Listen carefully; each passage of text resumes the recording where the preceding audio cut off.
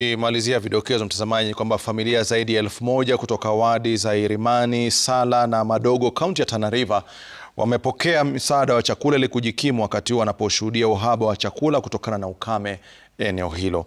Hii ni mojawapo ya juhudi za shirika la Msalaba Mwekundu na mashirika mengine ya kutoa msaada, ambapo pia wanalenga kufikia familia zingine 200 ambao zitapokea pesa kupitia simu zao za mikononi.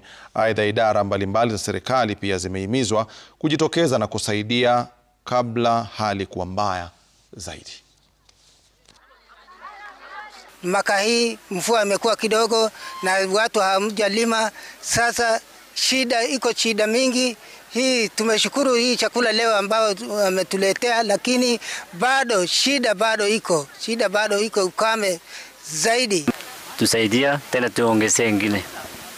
Shida ya kiangazi ni mingi sana. Ng'ombe haina bei, mbuzi anakufa.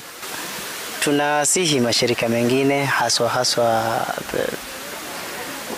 wakazi hata wetu pia wa Tana River waweze kuchukua hii kama challenge ya kuweza kusaidia majirani ambao wako katika hali ngumu saa hii.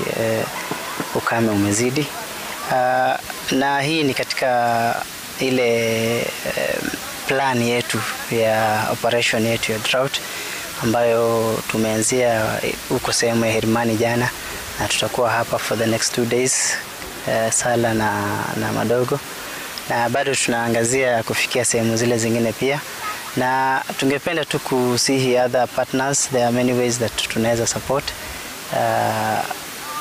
saa hii kusimama na jamii zetu katika hali hii ngumu ya ukame.